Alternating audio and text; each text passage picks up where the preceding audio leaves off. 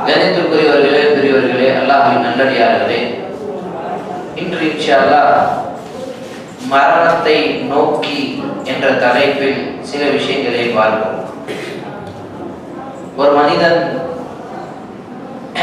பிறந்து விட்டான் என்று சொன்னால், இந்த உலகத்தில் அந்த மனிதனுக்கு பிறப்பு வந்து விட்டால் கட்டாயமாக, நிச்சயமாக அந்த மனிதனுக்கு இறப்பு என்பது கட்டாயமாக இருக்கும். அது நேற்றுடைய அந்த பயானிலே தெளிவாக குர்ஆனுடைய வசனங்களோடு ஹதீஸுடைய ஆதாரத்தோடு நாங்கள் பார்க்கிறோம். இன்று நாங்கள் பார்க்கக்கூடிய விஷயம், ஒரு மனிதனுடைய வாழ்க்கை எப்படி மரணத்தை நோக்கி செல்கிறது. ஒரு மனிதனுடைய வாழ்க்கை மட்டுமில்லாமல் இந்த உலகத்தில் உயிரோடு இருக்கக்கூடிய ஒவ்வொரு உயிரினங்களையும் அல்லாஹ் சுப்ஹானஹு வ தஆலா மரணத்தை நோக்கி தான் அவர்களை கொண்டு வருகின்றார். அப்ப எல்லா மனிதர்களுக்கும், எல்லா உயிரினங்களுக்கும் ஒரு நாள் மௌத் என்பது, மரணம் என்பது கட்டாயமாக, நிச்சயமாக வரும். அல்லாஹ் அதை எப்படி சொல்லுகின்றான்? குல்லு நஃப்ஸின் ஸாயிகத்துல் மௌத். எப்படி? ஒவ்வொரு ஆத்மாவுக்கும் ஸாயிகத்துல் மௌத், மௌத்துடைய அந்த டேஸ்ட் அவர்கள் சுவைத்தே தீரணும். இந்த மௌத்தை கட்டாயமாக சுவைத்தே தீர்வார்கள். அப்ப நஃப்ஸ் என்று சொன்னால் அதில் மனிதர்கள் மட்டும் வரமாட்டார்கள்.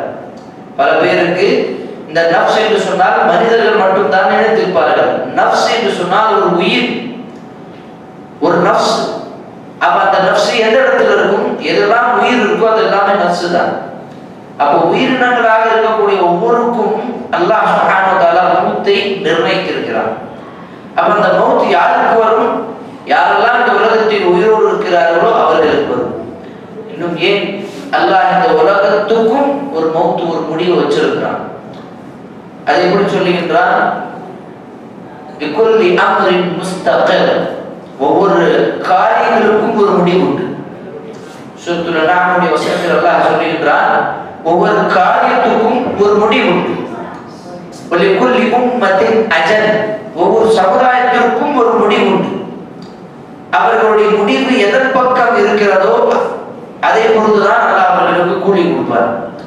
அவர்களுடைய முடிவு நல்லதாக இருந்தால் அவர்களுக்கு அல்லாஹ் நல்ல கூலியை கொடுப்பார். அவர்களுடைய முடிவு அழிவின் பக்கம் இருந்தால் அல்லாஹ் அவர்களை முழுமையாக அழித்து விடுவார். அப்போ ஒரு மனிதனுடைய வாழ்க்கை நாம் என்ன நினைத்துக் கொண்டிருக்கிறோம் அப்படின்னு சொன்னா, நாம் இந்த உலகத்தில் வாழ்கின்றோம். இது உண்மையான வார்த்தை கிடையாது. நாம் எப்படி சொல்ல வேண்டும் என்று சொன்னால், நாம் இந்த உலகத்தில் மரணத்தை நெருங்குகின்றோம். இதுதான் வார்த்தை, இதான் உண்மையான வார்த்தை. எனக்கு ஒரு பிறந்த நாள் வருகிறது என்று சொன்னால் இந்த உலகம் சந்தோஷப்படுகிறது. என்ன சந்தோஷம்? எனக்கு ஒரு பிறந்த நாள் வந்துருச்சு, இந்த தேதியில் தான் நான் பிறந்திருக்கிறேன். என்னுடைய 10 வருடம், 15 வருடம், 20 வருடம், 30 வருடம் கழிந்து விட்டது. எனக்கு இன்று என்னுடைய பெருநாள், இன்று என்னுடைய பிறந்த தினம் அப்படின்னு அவர்கள் சந்தோஷப்படுவார்கள். ஆனால் ஒரு முஸ்லிம், ஒரு இறையடியார், அல்லாஹ்வை முழுமையாக நம்பி வாழக்கூடிய ஒரு மனிதன் எப்போதும் அப்படி நினைக்க மாட்டார். அவர் என்ன நினைப்பார்? நான் இப்போது மரணத்தை ஒரு படி இன்னும் நெருங்கி விட்டேன். உதாரணத்திற்கு ஒரு மனிதனுக்கு 40 வருடத்தில் 40வது வயதில் தான் அவனுக்கு மரணம் வரணும். 30வது வயதில் அவன் சந்தோஷத்தை கொண்டாடுகின்றான் தன்னுடைய குடும்பத்தோடு, தன்னுடைய நண்பர்களோடு. நான் 30 வயசு எனக்கு ஆயிடுச்சு, இந்த உலகத்தில் வந்து எனக்கு 30 வருடம் கழிந்து விட்டது அப்படின்னு ஒரு சந்தோஷத்தில் அவன் இருக்கின்றான். ஆனால் ஒரு இறையடியான் என்ன செய்வான்? நான் மரணத்தை நெருங்கி விட்டேன். அது ஒரு நாளோ, ஒரு மாதமோ, அல்லது ஒரு வருடமோ, அது எத்தனை காலம் நமக்கு தெரியாது. அல்லாஹ் அதை மறைமுகமாக வைத்திருக்கிறான். அதுக்கு ஒரு ஹிக்மத் இருக்கிறது. என்ன ஹிக்மத் தெரியுமா? மௌத் யார் யாருக்கு எப்போது வரும் அப்படின்னு இருந்துச்சுன்னா, எல்லாம் அவனுடைய கடைசி காலத்துல தான் பள்ளிவாசலுக்கு வருவாங்க. இதுதான் உண்மை. நாளைக்கு எனக்கு மௌத்துனா இன்னைக்கு தான் நான் பள்ளிவாசலுக்கு வருவேன். அதுக்கு முன்னாடி வரையும் நான் என்னென்ன சேட்டை செய்யணுமோ அதை எல்லாமே செஞ்சிருவேன். இதான் யதார்த்தம். ஒரு மனிதனுக்கு தெரியும் நாளைக்கு எக்ஸாம்னா இன்னைக்கு தான் உட்காந்து படிக்கணும். அப்ப சின்ன சின்ன ஒரு பயிற்சிக்கு இந்த உலகத்தில் நடக்கின்ற இந்த மாதிரி ஒரு எக்ஸாமுக்கே மக்களுடைய நிலைமை என்று சொன்னால் அந்த மறுமை நாளுடைய அந்த எக்ஸாம் எப்போது வரும், அந்த மறுமை நாள் எப்போது வரும், நம்முடைய மரணம் எப்போது வரும், இதெல்லாம் அல்லாஹ் மறைமுகமாக வைத்தது நோக்கமே இதுதான். ஒவ்வொரு நேரமும் எனக்கு மரணம் வந்துவிடும், ஒவ்வொரு நேரமும் எனக்கு எக்ஸாமுடைய நேரமாக இருக்கும் அப்படின்னு நினைத்து கொண்டுதான் ஒரு மனிதன், ஒரு முஸ்லிம், ஒரு இறையடையான் வாழ வேண்டும். அல்லாஹ் அப்படிதான் சொல்லுகின்றார், உங்களுடைய இறைவனிடம் நீங்கள் மீறி வாருங்கள். அல்லாஹ்வை மறந்து வாழக்கூடியவர்கள் அல்லாஹ்வை மறுபடியும் மீறி வாருங்கள். ஏன்? ஒரு மனிதனுடைய உள்ளத்தில் என்ன ஆசை இருக்கும்? இந்த உலகத்தில் நல்லா சம்பாதிக்கணும், நம்மளுடைய குடும்பத்தை நல்லா பாதுகாக்கணும், நமக்கு ஒரு நல்ல பெயர் வரும், நம்மளுடைய பெற்றோர்களை நிறைய மரியாதையோடு மக்கள் பார்க்க வேண்டும், நான் போகும்போதுதான் மக்கள் என்ன சலாம் சொல்லணும், அல்லது எனக்கு ஒரு நல்ல கௌரவம், ஒரு நல்ல ஒரு மரியாதை வேணும், எனக்கு ஒரு நல்ல பதவி வேணும், நல்ல வீடு, நல்ல வாகனம், நல்ல உறவினர்கள், நல்ல மனைவி, நல்ல பிள்ளைகள், இப்படிதான் மனிதர்கள் ஆசைப்படுவார்கள். ஆனால் நம்மளுடைய இதெல்லாம் நிரந்தரம் இல்லாத ஒரு பொருள்கள், ஒரு விஷயம், நிரந்தரம் இல்லாத ஒரு வாழ்க்கை. இதற்காக இவ்வளவு கஷ்டப்படுகின்றோம், இவ்வளவு பாடுபடுகின்றோம், இவ்வளவு யோசிக்கின்றோம், இவ்வளவு பிளான்களா போடுகின்றோம். ஆனால் என்னுடைய நல்ல மரணத்திற்காக, என்னுடைய மறுமை வாழ்க்கைக்காக, என்னுடைய நிரந்தர வாழ்க்கைக்காக நான் என்ன செய்திருக்கிறேன்? இதான் சகோதரர்களே ஒரு கேள்வி. என்னுடைய இந்த உலக வாழ்க்கைக்காக, என்னுடைய குடும்பத்துக்காக இவ்வளவு கஷ்டப்படுகின்ற நான், என்னுடைய நல்ல மரணத்துக்காக நான் என்ன செய்திருக்கிறேன்? என்னுடைய மரணத்துக்கு பிறகு என்னுடைய நிரந்தரமான வாழ்க்கைக்காக நான் என்ன தயார் செய்து வைத்திருக்கிறேன்? இப்போ ஒரு கம்பெனியில வேலை செய்யறோம், ஒரு ஜாப் போயிட்டு இருக்கிறோம். நம்மளுடைய முதல் நோக்கம் என்ன இருக்கும்? எவ்வளவு சம்பாதிக்கிறோமோ அதை கொஞ்சம் கொஞ்சமா நம்மளுடைய வீட்டுக்காக, நம்மளுடைய எதிர்காலத்துக்காக சேமித்து வைப்போம். இப்படிதான் ஒரு மனிதனும் ஆசைப்படுவான். அவர்களுடைய நோக்கம் இதுவாக தான் இருக்கும். கொஞ்சம் கொஞ்சமாக அந்த காசு சேர்த்து ஒரு வீடு வாங்கணும், ஒரு வண்டி வாங்கணும், பிள்ளைகளுக்காக ஒரு சொத்து வாங்கணும், ஒரு நிலத்தை வாங்கணும், இப்படிதான் அவர்களுடைய ஒரு எண்ணம் இருக்கும்.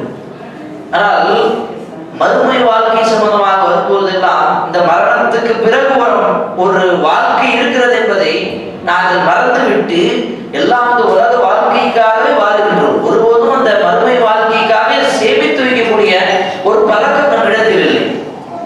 இல்லா மாஷா அல்லாஹ் பாதுகாத்த சில சாலிஹான ஆண்கள், பெண்கள் இருக்கிறார்கள். ஆனால் அதெல்லாம் விரல் விட்டு என்னலாம் ஒரு 0.01% சொல்லலாம். அப்ப இவ்வளவு கோடிக்கணக்கான மக்கள், முஸ்லிம்கள் இந்த உலகத்தில் வாழ்ந்து, ஆனால் பள்ளிவாசலுடைய நிலைமை எப்படி இருக்கிறது?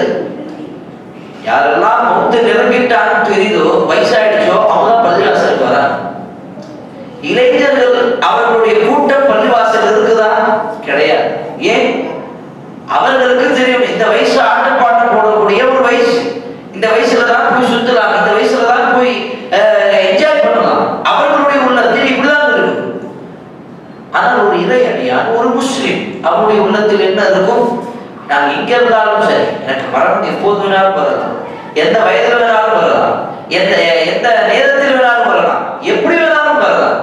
அதனால ஒரு இறையடியான் சிறிய வயதில் இருந்தாலும் சரி, பெரிய வயதில் இருந்தாலும் சரி, அவன் முதியவராக இருந்தாலும் சரி, மரணத்தை அஞ்சிக் கொண்டு மரணத்தை நோக்கி அவனுடைய வாழ்க்கையை சென்று கொண்டிருக்கும். அப்படிப்பட்ட மனிதன் அவன் அல்லாஹ்விடம் நெருங்கி இருப்பான். ஏன்? அவனுக்கு அல்லாஹ்வுடைய ஒரு பயம் இருக்கும். மரணத்துடைய பயம் இருந்தால் அவனுக்கு அல்லாஹ்வுடைய பயம் இருக்கும். மரணத்தை கண்டு பயப்படாதவன் அவன் அல்லாஹ்வை கண்டு பயப்பட மாட்டான். பொதுவாக மரணத்தை பயப்படுது என்று சொன்னால் அது இரண்டு அர்த்தத்தை சொல்லலாம். முதலாவது அர்த்தம், எனக்கு மரணமே வரக்கூடாது, இந்த உலகத்திலே நான் ஜாலியாக சந்தோஷமாக இருக்கலாம், இந்த உலகத்துடைய இன்பத்தை இன்னும் அதிகமாக விரும்பி செயல்படலாம் அப்படின்னு ஒரு நோக்கம்.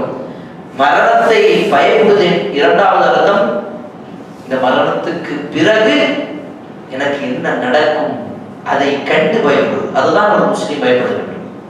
மரண நேரத்தில் எல்லாம் இப்படிதான் பயந்தார்கள் முஸ்லிம்கள், சஹாபாக்கள்.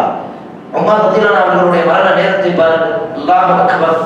மரணத்தை நோக்கி செல்லக்கூடிய ஒரு மனிதர் மரண நேரத்தில் அவர் சொல்லுகிறார், லா ஜஸா வலா சஸா, நாளை வறுமையில் அல்லாஹ் எனக்கு எந்த விதமான கூலியும் கிடையாது, எந்த விதமான உங்களுக்கு தண்டனையும் கிடையாது அப்படின்னு சொல்லிவிட்டாலே போதுமானது. ஏன்? என்னுடைய அமல்களை கொண்டு நான் பயப்படுகின்றேன், என்னுடைய மரணத்துக்கு பிறகு அல்லாஹ் என்னை பிடித்து விடுவானோ என்று. அல்லாஹ் அக்பர். ஆட்சியில் அவ்வளவு நீதியாக இருக்கக்கூடியவர், சஹாபாக்களிலே ஈமானில் அவ்வளவு உறுதியாக இருக்கக்கூடியவர். அவர் சொல்லக்கூடிய வார்த்தை இந்த சகோதரர்களை பெரியவர்களே. அப்ப குர்ஆன் சொல்லுகிறது, குல்லு நஃப்ஸின் ஸாயிகத்துல் மௌத், ஒவ்வொரு ஆத்மாவும் மரணத்தை நோக்கிதான் வரும், மரணத்தை அவர்கள் சுவைத்தே தீர்வார்கள். அல்லாஹ்வுடைய தூதர் ஸல்லல்லாஹு அலைஹி வஸல்லம் அவர்கள் சொன்ன அந்த ஹதீஸ், அக்திரு ذிக்ர ஹாதிமில் லஸாத், என்ன அர்த்தம்?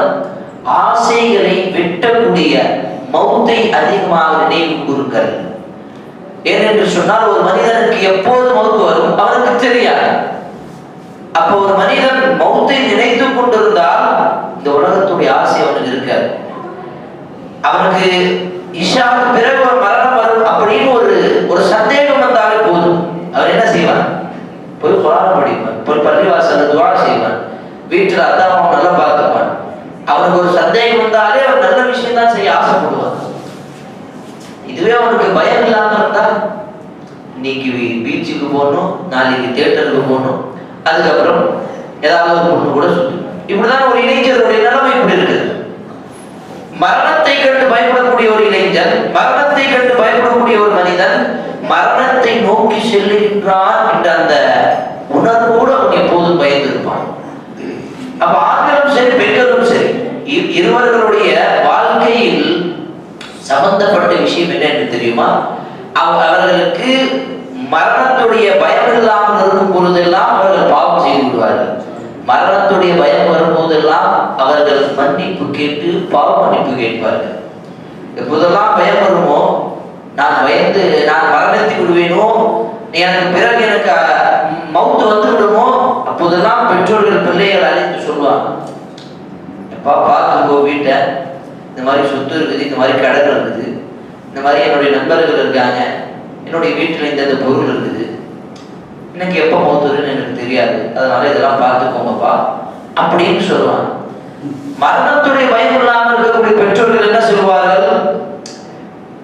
இந்த பொருள்களை நீங்க தொடவே கூடாது, இது உங்களுக்கு சொத்துலையும் கிடையாது, உங்களுக்கு வாழ்க்கையிலும் கிடையாது.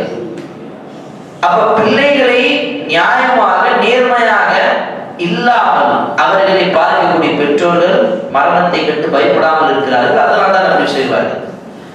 அப்ப எப்போதெல்லாம் நமக்கு மரணத்துடைய பயம் வருமோ அந்த நேரத்தில் நாம் என்ன செய்வோம்? அல்லாஹ்விடம் நெருங்குவோம். அல்லாஹ் அதை தான் சொல்லியிருக்கிறான், நீங்கள் எப்பயுமே அப்படி இருந்தால் பாவத்தை செய்ய மாட்டீங்க. அல்லாஹ்வுடைய தூதர் ஸல்லல்லாஹு அலைஹி வஸல்லம் சொல்லுகிறார்கள், மரணத்துடைய பயத்தில் ஒரு மனிதன் எவ்வளவு பயந்து விடுவான் என்று தெரியுமா? அல்லாஹ்விடம் நான் பிரார்த்தனை செய்வேன். என்ன பிரார்த்தனை? யா அல்லாஹ், இந்த கபர்ல நடக்கக்கூடிய இந்த மரணத்துக்கு பிறகு வரக்கூடிய இந்த அதாபுகள் எல்லாம் இருக்கும், இந்த அதாபுகளை மனிதர்களுக்கு உங்களுக்கு காட்ட வேண்டும் என்று நான் விரும்புகின்றேன். ஆனால் அதற்கு பிறகு நடக்கக்கூடிய அந்த வேதனையை நீங்கள் பார்த்தால் நீங்கள் ஒருவருக்கொருவர் உங்களுடைய ஜனாசாவை அடக்கம் செய்ய மாட்டீர்கள். அவ்வளவு வேதனையாக இருக்கும் அந்த மரணத்துடைய நேரம், அந்த மரணத்துக்கு பிறகு நடக்கக்கூடிய அந்த சம்பவங்கள். அல்லாஹ்வுடைய தூதர் ஸல்லல்லாஹு அலைஹி வஸல்லம் அவ்வளவு பயந்தார்கள். அப்ப எந்த இடத்துல இருந்தாலும் சரி, எனக்கு மரணம் வந்து விடும். திடீர்னு பார்த்துட்டு இருக்கிறோம், இப்போ சமீபத்தில் வரக்கூடிய எத்தனை நியூஸ்கள், ஒரு ஸ்டேஜில் ஆடிட்டு இருக்கக்கூடிய ஒரு மணமகளுக்காக ஆடிக்கொண்டிருக்கக்கூடிய ஒரு நடமாடி கொண்டிருக்கக்கூடிய ஒரு நபர் திடீர்னு மரணம். வழியில போயிட்டு இருக்கக்கூடிய ஒரு மனிதன் போன் பேசிட்டு இருக்காரு, ஹார்ட் அட்டாக், திடீர்னு கீழே வந்து மரணம். ட்ரெயின்ல பஸ்ல ஒரு உண்மையான சம்பவம் இதெல்லாம். பஸ்ல ஒரு சகோதரர் போயிட்டு இருக்கும் பொழுது பஸ் அடிச்ச பிரேக்ல ஒரு குழந்தை மேல கீழே விழுந்துச்சு. அவருடைய தலையில பயங்கரமான அடி. அந்த நேரத்தில் அவர்களுக்கு தெரியும் அதே காய்ச்சல் ஒரு சில நாட்கள் தான் மரணம். குழந்தை பிறக்குது, வந்து நல்லா எல்லாம் சந்தோஷமா இருக்காங்க. ஆனா திடீர்னு மூச்சு வாங்குறதுக்கு முடியல, சில மணி நேரத்துல மரணம்.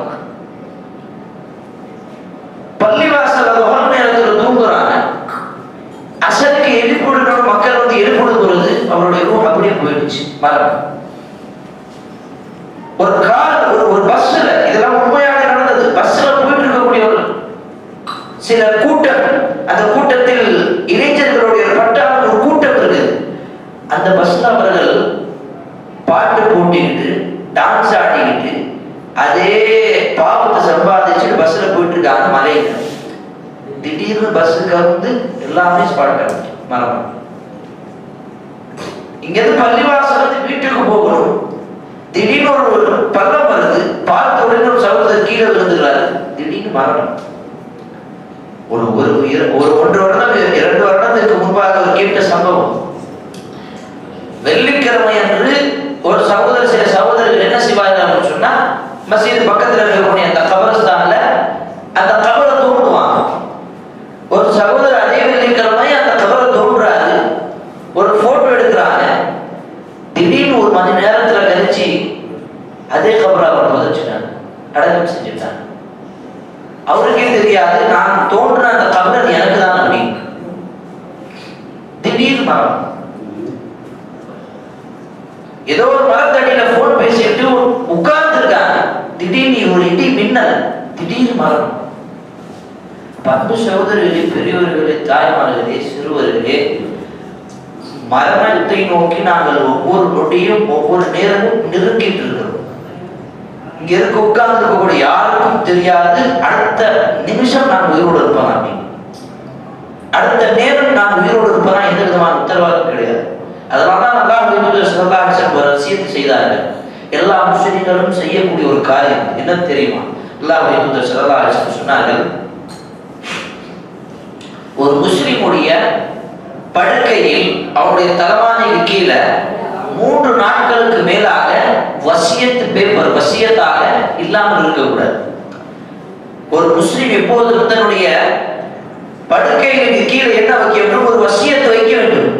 இவ்வளவு கடன் இருக்கிறது, இவ்வளவு நாம் கொடுக்கல் வாங்குறது இருக்குது, அல்லது இவ்வளவு என்னுடைய சொத்து இருக்குது, இப்படி எல்லாம் சரியாக ஒரு வசியத்தாக அவர் எழுதி வச்சுக்கணும். ஒரு முஸ்லிம் கட்டாயமாக செய்ய வேண்டிய ஒரு அமலம். ஏன் தெரியுமா? யாருக்கு தெரியும் எப்போது மரணம் வர முடியும்? கணவன் மனைவியோடு ரூம்ல படுத்திருப்பாங்க, காலை எழுச்சா ஒரு மரணம்.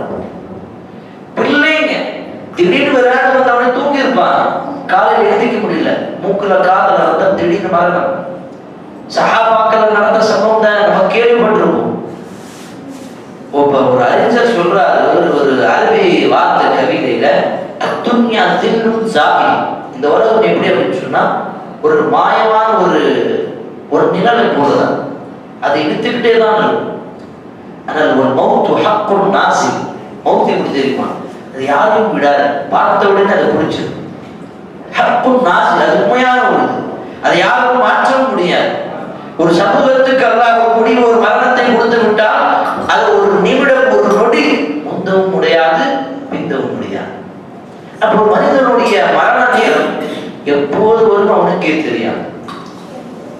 நாம் கணக்கிட்டு வச்சிருப்போம், இத்தனை வருஷங்கள் இத்தனை வியாபாரம் செய்யும், இத்தனை பிசினஸ் செய்யும், இத்தனை வீடு கட்டணும், பிள்ளைகளுக்கு குழந்தைகளுக்கு அவர்களுக்கு திருமணம் செய்து வைக்கணும், அவர்களுடைய படிப்புக்காக இவ்வளவு செலவு செய்யணும், எல்லாமே பிளான்களோடு நம்ம வச்சிருக்கோம்.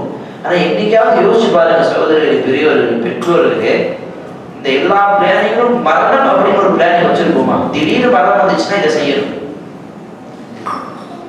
இப்ப இங்க இருக்கக்கூடிய சகோதரர்கிட்ட கேட்கக்கூடிய கேள்வி, எத்தனை பேருடைய வீட்டுல கஃன் துணி இருக்கு? எப்பயுமே தயாரா இருக்கு. ஒரு முஸ்லிம் எப்போதும் தன்னுடைய கஃனை தன்னுடைய வீட்டிலே வச்சிருப்பார். எந்த நேரத்தில் மரணம் வரும் தெரியாது. சில மார்க்கறிஞர்கள் சஃபர்ல போகும்போதெல்லாம் கஃன் எடுத்து தான் போவாங்க. ஏன்னா எப்போது திரும்பி வருவது தெரியாது. அப்ப இப்படி இருக்கக்கூடிய ஒரு துன்யாவில், இப்படி இருக்கக்கூடிய ஒரு நிலைமையில் நம்மளுடைய நிலைமை எப்படி இருக்குது தெரியுமா? மரணமா அது எப்போதும் பார்த்துப்போம். அப்படிதான் நம்ம வாழ்ந்துட்டு இருக்கோம். மரணத்தை கண்டு பயப்படாமல், அஞ்சாமல், மரணத்துக்கு பிறகு என்ன ஆகும் என்று தெரியாமல், அல்லது மரணம் என்று என்னன்னே புரியாமல் இருக்கக்கூடிய பல முஸ்லிம்களும் இருக்கிறார்கள். ரமதானுடைய மாதத்திலும் பாவத்தை செய்து கொண்டு, பாவத்தை சுமந்து கொண்டு, சம்பாதித்துக் கொண்டு அவர்கள் இந்த ரமதானுடைய மாதத்தை கழிக்கிறார்கள். அல்லாஹ் பாதுகாக்க வேண்டும். அப்போ ஒரு மனிதனுடைய நேரம் மரணத்தை எவ்வளவு நெருங்கிவிட்டது என்று சொன்னால் அவனுக்கே தெரியாது. எந்த இடத்தில் அவனுக்கு மரணம் வரும் என்று அவனுக்கே தெரியாது. திடீர்னு உட்கார்ந்து இருக்கும்,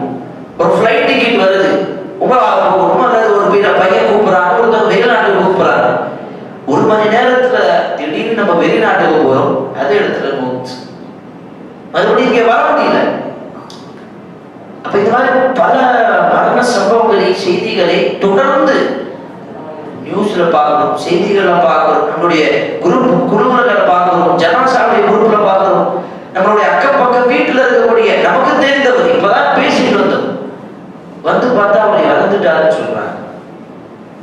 அப்ப இதெல்லாம் அல்லாஹ் நமக்கு ஒரு படிப்படியாக நம்மளுடைய உறவினர்களே எத்தனை பேர் மூச்சு நம்மளோடு பழகிற சில நண்பர்கள் சிறிய வயதில் இருந்தார்கள், பெரிய வயதில் கபர்ல தான் இருக்காங்க. நம்மோடு பழகிய நம்மளுடைய பெற்றோர்கள், பிள்ளைகள் இன்னைக்கு நம்மோடு பழகாமல் கபர்ல தான் இருக்கிறார்கள். எத்தனையோ இளைஞர்கள் இன்றிலிருந்து நான் தொழுது விடுவேன், இந்த ரமதானில் நான் தொழுது விடுவேன் அப்படின்னு எண்ணம் வச்சவர்கள் இன்னைக்கு கபர்ல தான் இருக்கிறார்கள். எத்தனைய மக்களுடைய ஆசை இருந்தது, நான் அல்லாஹ் பக்கம் வருவேன், ஆனால் வர முடியல. அவர்களுடைய சூழ்நிலை, அவர்களுடைய நண்பர்கள் கெட்ட நண்பராக, கெட்ட ஒரு மாணவராக, ஒரு சொசைட்டியாக இருந்தது. நல்ல பக்கம் நல்ல வழியில் வர முயற்சி எடுத்தாங்க, முடியல. அதே நிலைமையில் அவர்களுக்கு அதை பெற்றோர்களே, பெரியோர்களே, நம்மளுடைய மரணம் என்பது நம்மை நெருங்கிவிட்டது. இப்பவே எத்தனை மலர்கள் மௌத்து நமக்காக காத்துட்டு இருப்பாங்க தெரியாது. இதே மஜ்லிஸ்ல கூட நமக்கு மௌத்து வரலாம். அப்போ ஒரு மனிதனுடைய, ஒரு முஸ்லிமுடைய ஒரு உள்ளத்தில் அந்த மௌத்துடைய பயம் வந்து விட்டது என்று சொன்னார். மௌத்தை அதிகமாக நினைவு கூறக்கூடிய ஒரு விஷயம் அவனுடைய உள்ளத்தில் வந்து விட்டால் அவன் எப்போதும் ஒரு பிளானிங் வச்சிருப்பான். மௌத்துன்னு அப்படின்னு பிளானிங் வச்சிருப்பான். இன்னைக்கு நான் உமராவுக்கு போறேன், எப்போ வரேன்னு எனக்கு தெரியாது, அதனால என்ன நினைச்சுக்கோங்க அப்படின்னு ஒரு சொல்லிட்டு போடுவார். ஒரு பக்கத்து வீட்டுல தான் இருக்கிறார், ஆனா சாப்பிட்டுட்டு உடனே போறார். சாப்பிட்டு விருந்தாளியாக இருந்து சாப்பிட்டு உடனே போகும்போது செஞ்சு பார்த்துக்கோங்க, எதுவும் தவறு தான் மன்னிச்சுக்கோங்க. ஏன்? ஏன்னா அவருக்கு தெரியாது எப்போ மரணம் வரும். அப்ப நாம் பழகும் பொழுதே நம்மளுடைய உள்ளத்தில், நம்மளுடைய பழக்கத்தில் என்ன இருக்கணும் அப்படின்னு சொன்னா மௌத்தோடைய சிந்தனையோடு இருக்கும். யூதர்கள், கிறிஸ்தவர்கள் எப்படி இருந்தாலும் தெரியுமா, மௌத்துனா வந்துச்சுன்னா என்ன ஆகும், இங்க இருக்கு எப்படியோ சொல்லத்தான் கிடைக்கும் போது அப்படின்னு ஒரு எண்ணத்தில் இருந்தார். அல்லாஹ் சொல்லியிருக்கிறான், அப்படி இருந்தால் அவர்கள் மௌத்தை ஒருபோதும் விரும்ப மாட்டார்கள், வெறும் வாய் பேச்சுதான். அப்ப அந்த யூதர்கள், கிறிஸ்தவர்கள் மாதிரிதான் நம்ம மாறிவிட்டோம். அல்லாஹ் பாதுகாக்க வேண்டும். இப்ப நாமதான், நம்மளுடைய நாம தான் சொல்லுது மௌத்து இருக்குது அப்படி, ஆனா நம்மளுடைய செயல் மௌத்து இல்லைன்னு சொல்லிதான் காட்டுது. இப்ப நம்மளுடைய செயல் எப்படி இருக்க வேண்டும் என்று சொன்னால் அல்லாஹ் சொன்ன இந்த அடிப்படையில் இருக்க வேண்டும். இந்த ரமதானுடைய மாதம், ரமதானுடைய கடைசி முடிவு வரை நாம் இருப்போமா என்று நமக்கு தெரியாது. அல்லாஹ்வுடைய தூதர் ஸல்லல்லாஹு அலைஹி வஸல்லம் ஒவ்வொரு நேரமும் மரணத்தை நெருங்கும் போதெல்லாம் சஹாபாக்களுக்கு எச்சரிக்கை சொன்னார்கள். சஹாபாக்களிடம் சில உபதேசங்கள் சொன்னார்கள். மரண படுக்கையிலிருந்து பல உபதேசங்களை சொன்னார்கள். பெண்களை நல்ல முறையில் பாதுகாத்துக் கொள்ளுங்கள், அவர்கள் நல்ல முறையில் நடந்து கொள்ளுங்கள், என்னுடைய கபரை ஒரு வணக்க விடமாக ஆக்கிக் கொள்ளாதீர்கள். அந்த யூதர்கள், கிறிஸ்தவர்கள் மீது அல்லாஹ்வுடைய சாபம் உண்டாகட்டும். அவர்கள் தன்னுடைய நபிமார்களுடைய கபரை எப்படிதான் ஆக்கிக் கொண்டார்கள். லா தஜஅலு கபரி ஈதா, என்னுடைய கபரை ஒரு வணக்க விடமாக, ஒரு திருவிழாவாக கொண்டாடாதீர்கள். மரணத்தை நெருங்கும் போதெல்லாம் மரணத்துடைய உபதேசங்கள், அன்னையை நல்ல முறையில் பார்த்துக் கொள்ளுங்கள், அவர்களை அதிகமாக அநியாயம் செய்யாதீர்கள். அப்ப சஹாபாக்களுக்கு எல்லாம் அப்போதே தெரியும் ரசூலுல்லாஹ்வுடைய உபதேசம் நமக்கு சொல்லுகிறது. இதுதான் அவருடைய கடைசி உபதேசம், இதுதான் அவர் நமக்கு சொல்லக்கூடிய கடைசி நசீஹத். அவர்கள் பயப்படுவார்கள். பல சஹாபாக்களுக்கு அறிவுரையை தெரிந்து விட்டது, அல்லாஹ்வுடைய தூதருடைய மரணம் நெருங்கி விட்டது. அதனால்தான் ஹஜ்ஜத்துல் விதாவிலே சொன்னார்கள், அடுத்த வருடம் நான் இருப்பேனா இல்லையான்னு எனக்கு தெரியாது. இப்படி வார்த்தை நம்முடைய வாய் வர வேண்டும் சகோதரர்கள். அடுத்த மாதம் நான் இருப்பேனா எனக்கு தெரியாது. அதனால இப்ப இருக்கக்கூடிய எல்லா பாவங்களையும், எல்லா தவறான விஷயங்களும் விட்டு விட்டு நமக்கு எதெல்லாம் தவறாக இருக்கிறதோ அதையெல்லாம் விலகி இருந்து நமக்கு நன்மையான விஷயம் பக்கம் நாம் முன்வர வேண்டும். நமக்கு நண்பர்கள், தெரிந்தவர்கள் யாரிடம் ஏதாவது ஒரு பகை இருந்தாலும் சரி, அவரிடம் போய் மன்னிப்பு கேட்டு, அவரிடம் போய் நம்மளுடைய ஆறுதலை சொல்லிவிட்டு, அல்லாஹ்வுக்காக மன்னித்து விடுங்கள், நீங்கள் மன்னிக்கவில்லை என்று சொன்னால் அல்லாஹ் நாளை மறுமையில் என்னை மன்னிக்க மாட்டான் அப்படின்னு ஒரு முறை சொல்லியிருப்போமா நம்ம? ஏன் அவன் என்கிட்ட வர, நான் எதுவும் அவன்கிட்ட போகணும்? இப்படி ஒரு ஆன்மீகம் இருக்கக்கூடியவர் எப்படி மௌத்தை பயப்படுகிறார். ஒரு மௌத்தை பயப்படக்கூடிய ஒரு மனிதன், ஒரு முஸ்லிம், அவன் எப்படி இருப்பான்? யாராக இருந்தாலும் சரி, யாருக்கு எப்ப மௌத்துன்னு தெரியாது. அதனால மன்னிப்பு கேட்டுருவோம், அவர் கேட்டுருவார். அப்ப அப்படிப்பட்ட ஒரு நல்ல முஸ்லிமாக நாங்கள் மாற வேண்டும். சகோதரர்களே, பெரியவர்களே, அல்லாஹ் நமக்கு அனைவருக்கும் அதற்கான அருள் புரியட்டும். ஆமீன். அதோட பெண்கள் விஷயத்துல நிறைய ஒரு கம்ப்ளைண்ட் மாறி வருது. என்ன அப்படின்னு சொன்னா, அவர்களுடைய பிள்ளைகள், சிறுவர்கள், இவர்கள் எல்லாம் பள்ளிவாசல் உட்கார்ந்துட்டு போனை பார்த்துக்கிட்டு, போன்ல அந்த யூடியூபோ அல்லது வேற விஷயங்களோ பார்த்து கொண்டு மற்றவர்களுடைய தொழுகையை பாதிப்பாகிறது. அதிலிருந்து சில பெண்கள் இந்த பள்ளிவாசலை தொழாமல் வெளியே போகக்கூடிய சில விஷயங்களும் கேள்விப்படுகின்றோம். அல்லாஹ் பாதுகாக்க வேண்டும். அல்லாஹ்வுடைய பள்ளிவாசல் வஅன்னல் மஸாஜித லில்லாஹி ஃபலா ததுஉ மஅல்லாஹி அஹதா. அல்லாஹ்வுடைய வீட்டில் அல்லாஹ்வுடைய பேச்சை தவிர, அல்லாஹ்வுடைய வணக்கக்கூடிய அந்த வணக்க வழிபாடை, இபாதத்தை தவிர வேற எதுவும் இருக்கக்கூடாது. ஹலாலான விஷயங்கள் இருக்கலாம். அந்த போன்ல சிறுவர்கள் பார்க்கக்கூடிய யூடியூப்ல என்னென்ன வருகிறது, அல்லாஹ் பாதுகாக்க வேண்டும். அப்ப அந்த ஒரு கட்டுப்பாடு அந்த பெற்றோர்களுக்கு, பிள்ளைகளுக்கு, அந்த தாய்மார்களுக்கு கண்டிப்பாக இருக்க வேண்டும். மற்றவர்களுடைய இபாதத்து பாதிப்பு இல்லாமல் நம்முடைய இபாதத்து இருந்தால் அதுதான் சிறந்த இபாதத். மற்றவர்களை பாதிக்கக்கூடிய எந்த விதமான ஒரு விஷயமாக இருந்தாலும் நாம் ஒரு நல்ல முஸ்லிமே இல்லை. அல்லாஹ் அப்படி அழகான ஹதீஸை சொல்கிறார். மன் சலிமல் முஸ்லிமுன மின் லிசானிஹி பியதிஹி. தன்னுடைய நாவாலும் தன்னுடைய கையாலும் மற்றவர்களுக்கு பாதிப்பு தராமல் இருக்கக்கூடியவர் தான் முஸ்லிம்.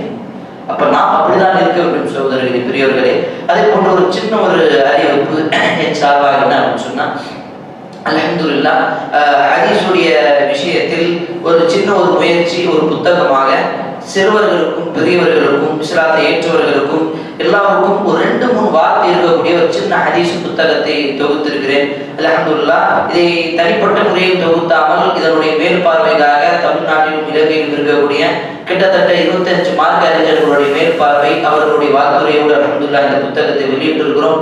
இந்த புத்தகம் அல்ஹம்துலில்லாஹ் சிறிய பிள்ளைகளுக்கு கவர வேண்டும் என்பதற்காக தான் பல வண்ண அட்டைகளோடு, பேப்பரோடு, கலர்ஃபுல்லான, அதே போன்று இதை படிக்க முடியாமல் இருக்கக்கூடிய பல முஸ்லிம்களும் இருக்கிறார்கள். அதனால்தான் ஒரு பேஜிலே 2 ஹதீஸ் மட்டும்தான் பெரிய ஒரு அரபி எழுத்துல, இது மட்டும் இல்லாமல் இங்கிலீஷிலும் அது தமிழிலும் அதனுடைய ஹதீஸ் நம்பர், அதனுடைய ஆதாரத்தோடு அதை வெளியிட்டு 4 தனிப்பட்டு பிரிச்சிருக்கிறோம். தனிப்பட்ட இது ஒரு ஹதீஸ் புத்தகமாக மட்டும் இல்லாமல் அகீதா சம்பந்தமாக, கொள்கை சம்பந்தமாக ஹதீஸ்களும், அதே போன்று வணக்க வழிபாடு சார்ந்த ஹதீஸ்களும், நடைமுறை சார்ந்த ஹதீஸ்களும், கடைசியாக ஒழுக்கம் சார்ந்த ஹதீஸ்களும், இந்த மாதிரி தனிப்பட்ட 4 பிரிவாக பிரித்து இதனை 2-3 வார்த்தை மட்டும், பெரிய ஹதீஸ்ல 2-3 வார்த்தை, சின்ன சின்ன ஹதீஸ் தான் நம்மளுடைய பிள்ளைகளுக்கு, நம்மளுடைய வீடுகளில் தேவைப்படுகின்ற ஒரு புத்தகமாக இருக்கும். அல்ஹம்துலில்லாஹ், ஒரு அறிமுகப்படுத்துறதுக்காக தான் இந்த புத்தகம் உங்களுக்கு முன்னால் எடுத்து வந்திருக்கேன். பள்ளிவாசல்களில் இன்ஷா அல்லாஹ் இருக்குது. இன்ஷா அல்லாஹ் நீங்க தொடர்பு கொள்ளலாம். பெண்களும் இந்த மாதிரி தொடர்பு கொள்ளலாம். அதே போன்று பள்ளிவாசல் சார்பாக வரக்கூடிய ஒரு அறிவிப்பு தினந்தோறும் சொல்லியிருப்பாங்க. என்ன அப்படின்னு சொன்னா, நம்மளுடைய பள்ளிவாசல் வந்து கஞ்சிக்காகவும் மற்ற இதர செலவுக்காகவும் அல்ஹம்துலில்லாஹ் ஒரு 8000 கிட்ட செலவாகுது. அந்த அத்தனை மக்கள் இந்த பள்ளிவாசல் மூலமாக பயனடைகிறார்கள். எவ்வளவு பெரிய விஷயம். அப்ப நம்மளுடைய பங்களிப்பு இந்த பள்ளிவாசலுக்கு கட்டாயமாக இருக்க வேண்டும். நல்லதின் பக்கம் நாம் எவ்வளவு நாளும் செலவு செய்யலாம் சகோதரர்களே, பெரியவர்களே. இந்த மரணம் சார்ந்த விஷயங்கள் இன்னொரு ஒரு செய்தி என்ன அப்படின்னு சொன்னா, மரண நேரத்தில் ஒரு மனிதன் என்ன ஆசைப்படுவான் தெரியுமா? என்ன இபாதத்து செய்யணும் அப்படின்னு ஆசைப்படுவோம் தெரியுமா? சதக்காக. சூரத்துல் முனாஃபிகூனுடைய கடைசி 2வது வசனத்தில் அல்லாஹ் சொல்லுகின்றான், லவ்லா அஹ்ஹர்தனி, யா அல்லாஹ் எனக்கு சில அவகாசம் கொடு. ஏன் தெரியுமா? நான் என்ன செய்யணும்? லனஸத்தகன்ன வ அகும் மினஸ் ஸாலிஹீன். சில சதகாக்களை செய்து கொண்டு நான் நல்லவர்களாக மாறிவிடுவேன். ஏன்னா அந்த மரண நேரத்தில் அந்த மனிதனுக்கு தெரிந்துவிடும், சதகாக நன்மை அதிகமாகும். அதுதான் சதகத்துல் ஜாரியாவாக இருக்கும். நம்முடைய பள்ளிவாசலில் வரக்கூடிய செலவுகளுக்கு நாம் பொறுப்பாக இருந்து அதற்கு செலவுக்கு நாங்கள் நம்மளுடைய முடிந்த அளவுக்கு முயற்சி எடுக்க வேண்டும். நம்மளுடைய பங்களிப்பை கொடுக்க வேண்டும். அல்ஹம்துலில்லாஹ், அல்லாஹ்